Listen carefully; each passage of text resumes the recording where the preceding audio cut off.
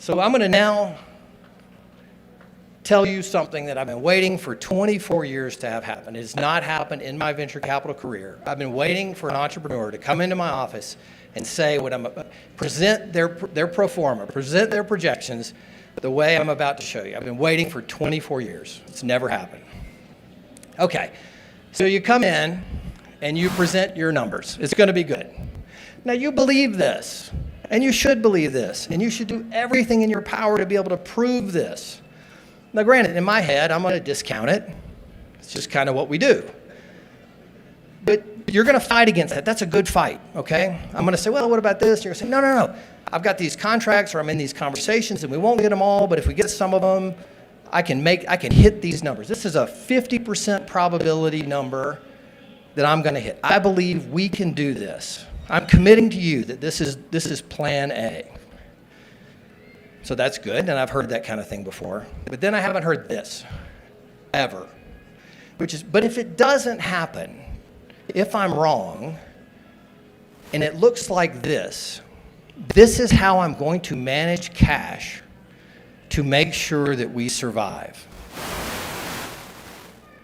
Maybe that's a low probability event.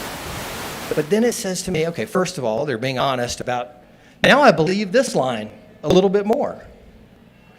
But I know they've thought about the things that can go wrong, and they've thought about, can the company survive and get through it if it doesn't go the way they think it's going to go.